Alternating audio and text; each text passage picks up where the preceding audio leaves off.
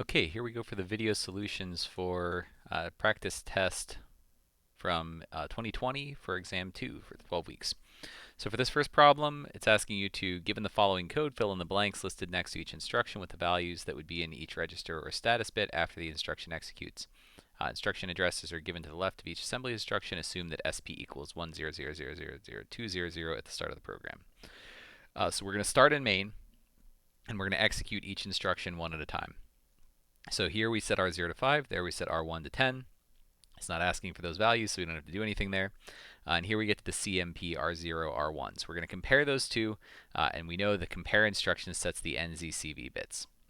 So we're going to do 5, and I'm just going to do this in maybe 8 bits just to be able to demonstrate. So 5 in 8 bits is 0, 1, 0, 1, and 10 is going to be 0, 0, 0, 0, 1, 0, 1, 0. So we're doing a subtraction, and that's going to give us the way to set the NZCV bits. So that's how we compare two things. CMP is a subtraction of the left thing from the right thing, and then we set the NZCV bits, and that tells us things like greater than, less than, equal to, depending on what the NZCV bits come out as. So we know to do this in binary, doing a subtraction, we're actually going to do subtraction by addition. So we're going to convert that number there. I'm going to just go up a little higher on the paper here. So we got to convert negative 10 to 10 in 2's complement. So we're going to use the 2's complement to find out that value. So 0, 0, 0, 0, 1, 0, 1, 0 becomes, invert the bits, 0, 1, 0, 1, and then add 1 to that. And that's going to give us a 0, carry the 1, 1, 1, 0, 1, 1, 1, 1. And so the actual math we're going to do here is 0, 0, 0, 0, 1, 0, 1. The 5, we're going to add the negative 10 to that. So 1, 1, 1, 1, 0, 1, 1, 0, and see what happens. So we got a 1, 1, 0, carry the 1, 1, 1, 1, 1, 1. And so that's the result that we end up with. From that operation, we can derive all of these NZCV bits. So our result is negative, which is what we would expect, right? We did subtract 5 minus 10, so we should get a negative result.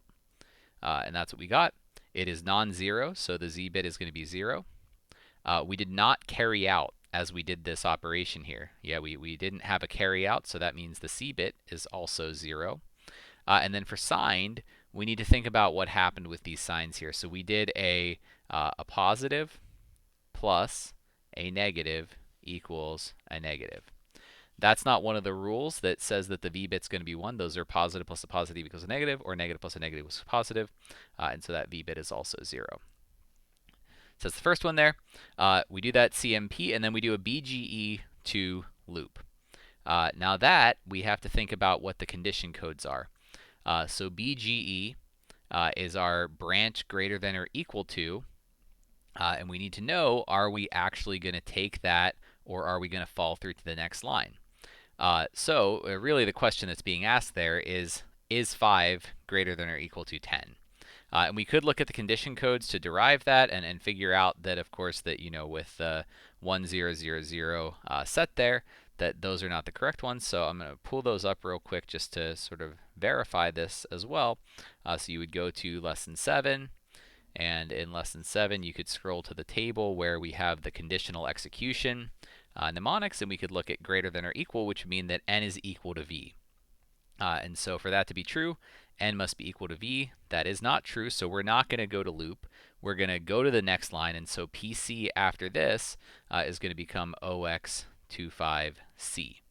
Because we're just going to fall through to this next instruction instead of going to the loop label. So if this condition had been true, if this was like less than or equal to, or less than, if like it was BLT, then we would go to loop, and that answer would have been 260. But since it just falls through to the next instruction, we go to 25C instead. Then we go to BL foo. So because we fell through to this instruction, that's what we're going to do next. So again, the sort of order of execution here is we went there to there, we went there to there, we went here to there, we went here to there. And so now BL to foo is unconditional. We're just going to go straight from here to foo. And the first instruction of foo, in fact, is where we're going to go to. we are going to set LR to the next instruction. So branch and link sets LR to the address of the next instruction. That means that when we come back from foo, when we BXLR, we want to end up at this next instruction, not repeating that one again. So LR is going to be OX260, and PC is going to be the first instruction of foo, which is OX262. So that's good. We're done there. Now, of course, we jump into foo. We're going to push R0 and R1. So the important thing to remember there is, one, that SP starts at 200, and when we push onto the stack, we are going to decrement each time that we do that. So SP is going to be SP minus 4, and then SP minus 4 again. So SP minus 8, and then SP is going to end up being OX 100001F8. So we're just doing hex math where we do, OX 10000200 minus 8, and then we carry the 16, but then we're going to carry the 16 again, and so that's going to be 16 minus 8, and that ends up being 8F1 00001. So that's what we get out of that. Doing the hex math there, and that's what the value is for SP. Now we have to think about what order these things happen in, and so we push onto the stack in the reverse order. So we do the highest number registered first. So our stack is going to be 10 at SP minus 4, and then 5 at SP minus 4 again, or SP minus 8, I guess is better to mark that as. And so then when we pop the first thing into R1, R1 is going to be the first thing on the stack at SP minus 8, which is the 5. And then R0 is going to become the 10. SP, because we've popped twice, is now back to 10000200. So each time we pop, we increment SP by 4, and that ends up in the same place as we were before. Now we do the BXLR. BXLR, we do not change the value of LR, so that stays at 260, and that's not going to change.